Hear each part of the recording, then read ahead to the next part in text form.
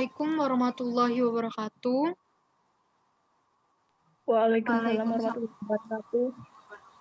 Baiklah teman-teman, di sini kami dari kelompok 5 ingin memaparkan materi mengenai administrasi laboratorium dan program kerja laboratorium. Saya akan men-share screen materinya.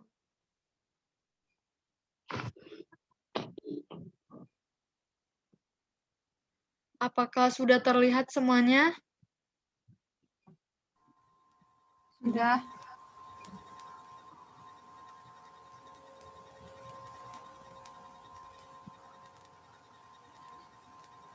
Baiklah, materi pertama akan dibacakan oleh Afifa Ramadiani. Kepada Afifa, saya persilakan. Baiklah, materi yang pertama yaitu mengenai administrasi laboratorium.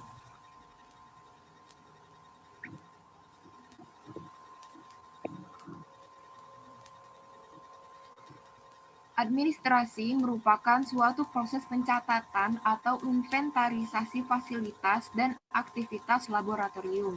Supaya semua fasilitas dan aktivitas laboratorium dapat terorganisir dengan sistematis, administrasi laboratorium diartikan sebagai suatu pencatatan atau inventaris fasilitas laboratorium.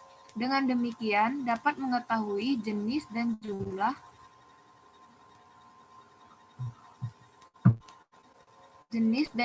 dari tiap jenisnya dengan tepat. Adapun komponen laboratorium yang perlu dilakukan administrasi teliti 5 bagian. Yang pertama yaitu bangunan atau ruangan laboratorium. Yang kedua ada fasilitas umum laboratorium. Yang ketiga peralatan dan bahan. Yang keempat ada ketenagaan dari laboratorium. Dan yang selanjutnya yaitu kegiatan dari laboratorium tersebut. Next.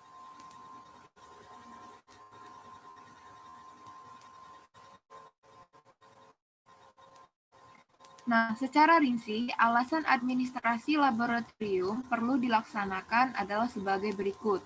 Yang pertama, untuk memperoleh informasi tentang keadaan laboratorium dengan cepat dan juga mudah. Yang kedua, untuk pendataan semua peralatan yang ada, termasuk bahan kimia, mobiler, hardware, software lainnya yang ada di laboratorium tersebut secara rinci dan juga teratur. Yang ketiga, sebagai pusat informasi tentang keberadaan suatu alat laboratorium di suatu laboratorium tertentu, sehingga siapa saja yang ingin menggunakannya akan mengetahui keberadaan dari alat tersebut. Yang keempat, membina kegiatan laboratorium yang lebih baik dan teratur, sehingga menggunakan laboratorium dapat dioptimalkan. Yang kelima, mengatur tata cara pemesanan alat, sesuai dengan pengembangan ilmu yang ada atau disiplin ilmu yang akan dikembangkan maupun terhadap aplikasi penelitian lanjutan tertentu. Yang keenam yaitu sebagai sistem evaluasi dan juga pelaporan. Yang ketujuh, evaluasi dan pelaporan kegiatan laboratorium diharapkan dapat digunakan untuk perencanaan dan pengembangan laboratorium secara berlanjut di masa mendatang, atau misalnya penambahan alat-alat baru.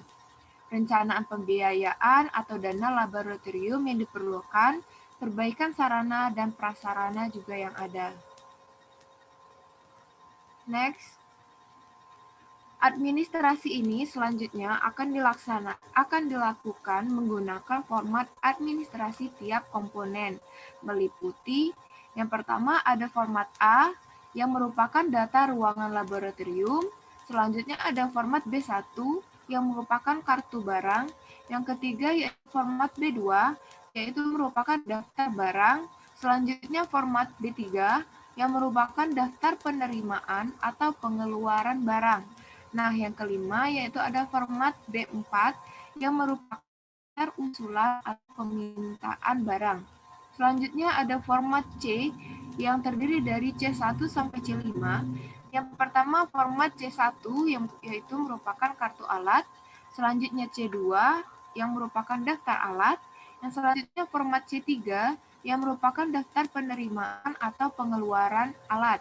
Yang selanjutnya format C4 yang merupakan atau peminta alat. Yang selanjutnya format C5 yang terakhir yaitu daftar usulan atau permintaan alat dari acara praktikum. Selanjutnya ada dari kategori format D, yaitu dari D1 sampai D5. Yang pertama format D1, kartu bahan. Selanjutnya format D2, daftar bahan format. Selanjutnya format D3, yaitu daftar penerimaan atau pengeluaran alat praktikan fisika. Yang selanjutnya format D4, yaitu daftar usulan atau permintaan bahan.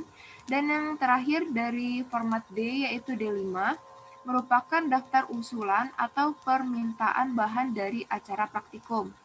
Nah, format 4, format E, yang merupakan data ketenagaan, dan yang terakhir dari format F adalah agenda kegiatan laboratorium. Next. Baiklah, jenis dari pengadministrasian yaitu pengadministrasian bangunan atau ruangan laboratorium, misalnya ruang praktikum, ruang persiapan, ruang penyimpanan, ruang alat praktikum, dan lainnya, serta ruangan-ruangan tersebut harus tercatat namanya, ukurannya, dan kapasitasnya.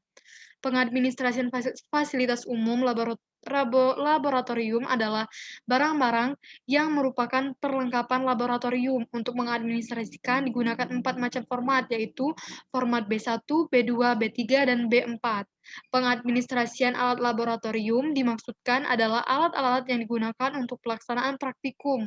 Kartu alat dengan format C1 berfungsi untuk mencatat data untuk masing-masing alat. Pengadministrasian bahan kimia laboratorium dalam mengadministrasikan alat praktikan fisika adalah menggunakan format D.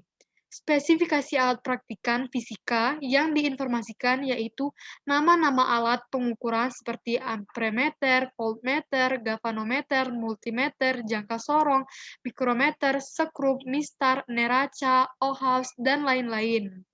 Buku penggunaan laboratorium atau peminjaman lab ini guna mengetahui alat-alat laboratorium yang hendak dibawa keluar dari lab atau dipinjam keluar dari lab.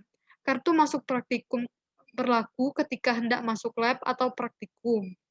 Kartu ini harus dibawa setiap kali praktikum. Bagi yang tidak membawa kartu ini, tidak diperkenakan masuk ke tempat praktikum. Nama-nama asisten praktikum adalah sebagai penanggung jawab setiap percobaan yang akan dilaksanakan, baik itu percobaan fisika dasar 1, fisika dasar 2, mekanika 1, mekanika 2, elektronika 1, elektronika 2, laboratorium 1, laboratorium 2, optik, termodinamika, dan gelombang. Ruang administrasi maksudnya di mana tempat peminjaman dan pengembalian alat-alat praktikum, serta tempat administrasi yang berhubungan dengan laboratorium. Selanjutnya, untuk memudahkan cara penggunaan peralatan laboratorium, perlu diatur cara pendataan tentang semua peralatan laboratorium yang dimiliki. Pencatatan daftar peralatan dapat berupa buku, sistem kartu, atau penyusunan daftar peralatan laboratorium dengan sistem komputer. Semua data peralatan yang disusun harus jelas informasinya.